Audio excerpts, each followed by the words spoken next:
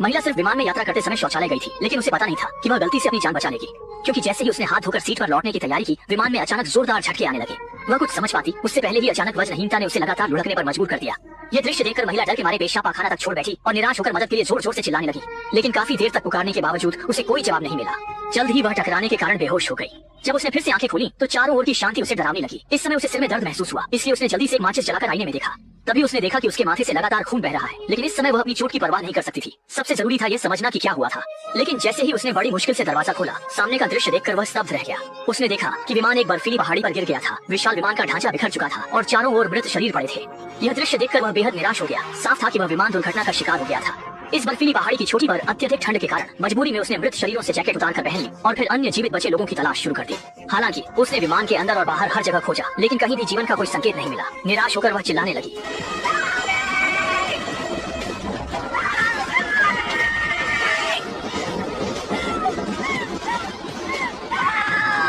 ठीक उसी समय जब वह गहरे ज्वालामुखी में डूबी थी, पास ही से एक आदमी की आवाज आई। उसने आवाज की दिशा में जाकर देखा तो पाया कि विमान के मलबे के नीचे एक जीवित आदमी दबा हुआ था। उसने तुरंत उसे बचा लिया। यहाँ जिंदा जमकर मरने से बचने के लिए दोनों तुरंत विमान के केबिन में छिप गए, लेकिन यहाँ चारों ओर से हवा आ रही थी जो ठंड और बारिश से बचने में कोई मदद नहीं कर रही थी। मजबूरी में उन्होंने गर्म रखने वाले सामान की तलाश शुरू कर दी। फिर दोनों दंग शौचालय में छिप गए। अब सिर्फ यही जगह है जो बचाव कर सकती है। भीषण बर्फीला तूफान। इस समय दोनों ठंड से कांप रहे थे, इसलिए उन्होंने लिंग का भेद भूलकर सीधे कंबल ओढ़ लिया और एक दूसरे को गले लगाकर गर्मी लेने लगे। लेकिन फिर भी आदमी ठंड से कांपता रहा। लिसा ने यह देखकर तुरंत उसके हाथों को अपने सीने पर रखकर गर्मी देने की कोशिश की, क्योंकि इस समय तापमान 0 से कई डिग्री नीचे था। ठंड से मरने से बचने के लिए यहाँ उन्हें मजबूरी में इसी तरह से गर्मी पानी पड़ी। दोनों ने इस तरह बड़ी मुश्किल से एक रात गुजार ली, लेकिन अब आगे कैसे जिंदा रहें, ये दोनों के सामने एक बड़ी चुनौती बन गई थी। ये महसूस करते हुए कि अब और बैठकर मौत का इंतजार नहीं किया जा सकता, लिसा ने शौचालय का दरवाजा उचकाकर बाहर निकलने का फैसला किया। लेकिन सामने का दृश्य देखकर वह पूरी तरह टूट गई। सिर्फ एक ही रात बीती थी। विशाल विमान का मलबा बर्फ से ढक चुका था। पूरी पहाड़ी सफेद चादर ओढ़े थी और आसपास की भौगोलिक स्थिति से साफ पता चलता था कि ये जगह बहुत ही दूर दराज और सुनसान है। शायद बचाव दल के आने से पहले ही हम दोनों भूख से मर जाएं या ठंड से बर्फ की मूर्ति बन जाएं। यह सोचकर लिसा गहरी निराशा में डूब गई। उसे जीवन से कोई लगाव नहीं रहा और उसने सारी उम्मीदें छोड़ दी। उसने फैसला किया कि यहीं एक गड्ढा खोदकर खुद को दफना लेगी। लेकिन ठीक उसी समय कल जीवित बचा छोटा काला आदमी वहाँ आ गया। उसने लिसा को प्रोत्साहित किया कि वह हिम्मत न हारे और अपने परिवार और बड़े शहर में लौटने के बाद की खुशहाल जिंदगी के बारे में सोचे। छोटे काले आदमी की समझाइश के बाद लिसा ने खुद को संभाल लिया और अब उसने आत्महत्या का इरादा छोड़ दिया। लेकिन जैसे ही नया बर्फीला तूफान आने वाला था, उसने महसूस किया कि यहाँ रहना निश्चित रूप से मौत का कारण बनेगा। छोटे काले आदमी ने सुझाव दिया कि वे पहाड़ी से नीचे उतरकर अपनी किस्मत आजमाएं, यह कहते हुए कि अगर पहाड़ी के नीचे कोई निवासी है तो वे बच सकते हैं। सोचा भी नहीं था, लेकिन लिसा ने पूरी तरह से हार मान ली। उसका मानना था कि इस तरह के चरम मौसम में बाहर जाना लगभग निश्चित मौत है। इससे बेहतर है कि यहाँ शांतिपूर्वक बैठकर बचाव का इंतजार किया जाए। देखकर कि लिसा जिद पर अड़ी है कि वह यहीं रहकर बचाव का इंतजार करेगी, छोटे काले आदमी ने मजबूरी में लिसा को छोड़कर अकेले जाने का फैसला किया। दूर जाते छोटे काले आदमी को देखकर लिसा के दिल में फिर से पछतावे की भावना पैदा हुई, इसलिए उसने तुरंत अपनी जैकेट पहनी और बिना देर किए उसके पीछे चल पड़ी। इस समय से दोनों ने अपनी जीवित रहने की यात्रा शुरू कर दी। न जाने कितनी देर चलने के बाद वे आखिरकार बर्फीले पहाड़ के किनारे पर पहुंचे और जब उन्हें एहसास हुआ कि यही नीचे जाने का एकमात्र रास्ता है, तो दोनों को मजबूरन चट्टान के किनारे से नीचे उतरना पड़ा। क्योंकि उनके पैरों के नीचे एक गहरी खाई थी, दोनों ने कोई लापरवाही नहीं की। लेकिन लिसा के लिए, जो बचपन से ही ऊंचाई से डरती थी, यह तो मानो असंभव था। उसका पैर फिसल गया और वह गिरने ही वाली थी, लेकिन शियाओ हेई ने समय पर उसे पकड़ लिया, जिससे उसकी जान बच गई। अभी अभी मिली सीख के बाद आगे दोनों और भी सतर्क हो गए। कई घंटों की लगातार कोशिश के बाद वे आखिरकार पहाड़ की मध्य ऊंचाई तक पहुंच गए। लेकिन जब लिसा ने नीचे धुंध से घिरी चट्टान को देखा तो उसके पैर कांपने लगे। इस भयानक जगह से बचने के लिए दोनों को चट्टान से चिपककर धीरे धीरे आगे बढ़ना पड़ा। हालांकि यहाँ की चट्टानें और भी खतरनाक थीं, हर कदम मुश्किल था और थोड़ी सी भी चूक से वे गिर सकते थे। जल्द ही लिसा एक बड़ी चट्टान से रुक गई और आगे नहीं बढ़ सकी। अथाह खाई को देखकर वह इतना डर गई कि आगे कदम नहीं बढ़ा पा रही थी। मजबूरी में शियाओ हेई ने उसे अपना हाथ बढ़ाया। हालांकि लिसा इस समय बहुत डरी हुई थी, लेकिन जीवित रहने की एक छोटी सी उम्मीद के लिए उसे अपना डर दबाना पड़ा और साहस जुटाना पड़ा। भाग्यवश वह बिना किसी दुर्घटना के पार कर गई। लेकिन तभी शियाओ हेई को एक और गंभीर समस्या का पता चला। उनके सामने एक बंद रास्ता था और इसका मतलब था कि वे दोनों पूरी तरह से इन खड़ी चट्टानों के बीच फंस गए थे। जब वे लगभग निराश हो चुके थे, आगे खड़े शियाओ हेई को अचानक कुछ याद आया और बिना कुछ कहे उसने अपना बैग खाई में फेंक दिया और फिर खुद भी कूद गया। उसका इरादा पेड़ों का इस्तेमाल बफर के रूप में करने का था।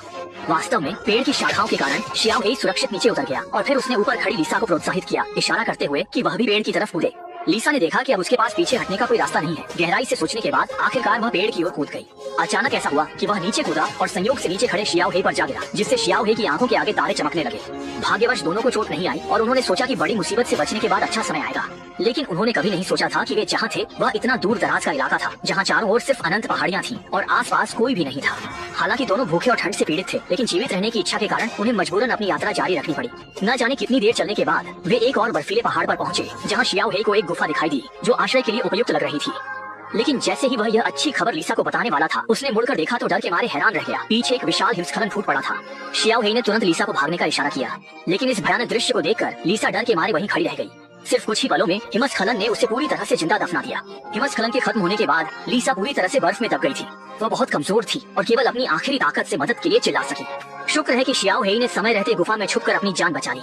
लीसा की आवाज सुनते ही वह तुरंत दौड़ कर आया और खुदाई शुरू कर दी।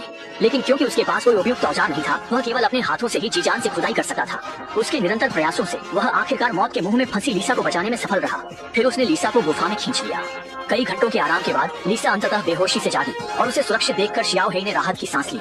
दरअसल इन कुछ दिनों में साथ रहने के दौरान उसे एहसास हुआ था कि वह लीसा से प्यार करने लगा है और कोई पछतावा न रहे, इसलिए उसने तुरंत अपनी भावनाएं व्यक्त कर दी और आश्चर्यजनक रूप से दोनों की भावनाएं एक जैसी थी। लीसा भी शियाओ हेई को बहुत पसंद करती थी और उसे तुरंत अपना बनाना चाहती थी। इस तरह उन्होंने इस गुफा में अपना रिश्ता पक्का कर लिया। प्यार की ताकत से हिम्मत बटोरी और अपनी यात्रा पर निकल पड़े। उन्होंने एक के बाद एक बर्फीले पहाड़ों को पार किया और आखिरकार वे ऐसे पहाड़ों तक पहुँचे जहाँ बर्फ नहीं थी और तापमान भी धीरे धीरे थोड़ा गर्म हो गया था। जब उन्हें लगा कि जीत बस पास में है, तभी छोटू ने मौत से खेलते हुए चट्टान के किनारे जाकर रास्ता देखना शुरू किया। I see the river। भागो। वह बिना रुके बगल के छोटे रास्ते से घूमकर देखने आई, लेकिन इस समय तक उसका बॉयफ्रेंड छोटू आधा अपंग हो चुका था। लीसा ने यह देखकर अपना कोट उतारकर उसके ऊपर डाल दिया। जब उसने अपने बॉयफ्रेंड के लगातार खून बह रहे हाथ को देखा तो उसे तुरंत एहसास हुआ कि उसके बॉयफ्रेंड का हाथ टूट गया है। इसलिए उसने तुरंत आसपास से कुछ टहनियां ढूंढकर लाई और टूटे हुए हाथ को स्थिर करने के लिए उनका इस्तेमाल किया। लेकिन उसके इस प्रयास से जमीन पर पड़ा उसका बॉयफ्रेंड दर्द से कराह उठा। अच्छा हुआ कि लीसा की जेब में दर्द निवारक दवाई थी। उसने तुरंत अपने बॉयफ्रेंड को दवाई खिलाई और दवाई खाने के बाद छोटू थोड़ा स्थिर हो गया। अपने नए बॉयफ्रेंड को इस हालत में देखकर लीसा की आंखों में दर्द था। वह खड़ी हुई यह देखने के लिए कि क्या आसपास कोई राहगीर है, लेकिन परिणाम ने उसे बहुत निराश किया। आसपास कहीं भी कोई दिखाई नहीं दे रहा था। मजबूरी में उसे अपने गंभीर रूप से घायल बॉयफ्रेंड को सहारा देकर आगे बढ़ना पड़ा, क्योंकि उन्होंने 5 दिन और 5 रातों से कुछ नहीं खाया था। अगर वे समय पर किसी आबादी वाले स्थान पर नहीं पहुंचे तो दोनों जल्द ही इन सुनसान पहाड़ों पर भूख से मर जाएंगे। अब हालात ऐसे हैं कि उन्हें बस तेजी से और पूरी ताकत से आगे बढ़ना ही होगा। हालांकि दोनों आधा मील भी नहीं चल पाए थे कि उसके बॉयफ्रेंड ने अचानक खून उगलना शुरू कर दिया और मजबूरी में दोनों को रुकना पड़ा। इस समय लीसा ने अपने बॉयफ्रेंड के कपड़े उठाकर देखा और पाया कि उसके पेट पर चोटों के निशान थे। स्पष्ट रूप से यह गंभीर आंतरिक चोट का संकेत था। छोटू को एहसास हुआ कि उसका समय कम है और अपनी गर्लफ्रेंड पर बोझ नहीं बनना चाहता था, इसलिए उसने लीसा से अपने को छोड़कर अकेले जाने का अनुरोध किया। हालांकि लीसा अपने बॉयफ्रेंड को छोड़ना नहीं चाहती थी, लेकिन वह यह भी जानती थी कि अगर वे इसी तरह समय बर्बाद करते रहे तो अंत में दोनों भूख से मर जाएंगे। इस सुनसान जगह पर बिना किसी विकल्प के लीसा को अपने बॉयफ्रेंड को छोड़ना पड़ा। जाने से पहले उसने अपने बॉयफ्रेंड से कहा कि जैसे ही वह मदद पाएगी वह तुरंत उसे बचाने के लिए वापस आएगी। जल्द ही लीसा गलती से एक जंगल में पहुंच गई। हालांकि जैसे जैसे वह चलती गई उसने आसपास से एक अजीब आवाज सुनी और जब उसने आवाज की दिशा में देखा तो उसके सामने का दृश्य उसे हैरान कर गया।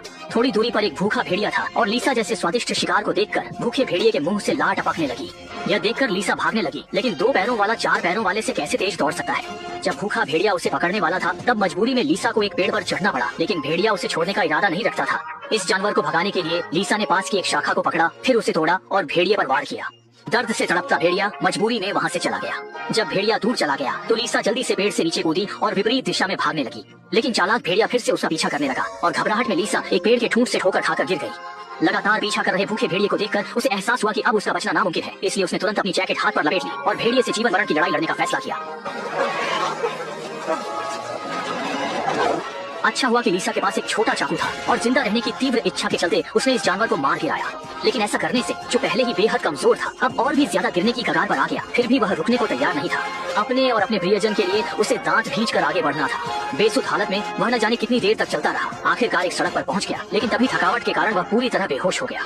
वह सोच रहा था कि शायद यहीं उसकी जिंदगी खत्म हो जाएगी, लेकिन जब वह दोबारा होश में आया तो पाया कि वह अस्पताल के बिस्तर पर लेटा है और उसकी माँ उसके पास बैठी है। तभी उसे पता चला कि यह सब उसी के बेहोश होने के थोड़ी ही देर बाद हुआ था। वहाँ उसे तुरंत अस्पताल ले जाया गया और इस समय उसका बॉयफ्रेंड भी बगल के कमरे में इलाज करवा रहा था। दरअसल इससे पहले सतर्क शियाओ हेई ने विशेष रूप से एक मदद का संदेश लिखा था और उसे लीसा की जेब में रख दिया था, जिसका उद्देश्य ऐसी स्थिति से निपटना था। और जब नर्स लीसा के कपड़े बदल रही थी तो उसने सफलतापूर्वक यह नोट पाया। स्थिति के बारे में जानने के बाद पुलिस ने तुरंत जंगल में बड़े पैमाने पर खोज शुरू की और अंततः मरणासन्न शियाओ हेई को पाया। अंत में स्वस्थ होने के बाद दोनों फिर से उसी बंजर पहाड़ी पर आए जहाँ वे पहली बार मिले थे। दोनों एक दूसरे से कसकर लिपटे हुए थे, जीवन के चमत्कार और सुंदरता पर विचार कर रहे थे। इस घटना के बाद वे और भी मजबूत हो गए, जीवन की कठिनाइयों का भी शांति से सामना कर सकते हैं। और इसके साथ ही फिल्म का पर्दा गिर जाता है।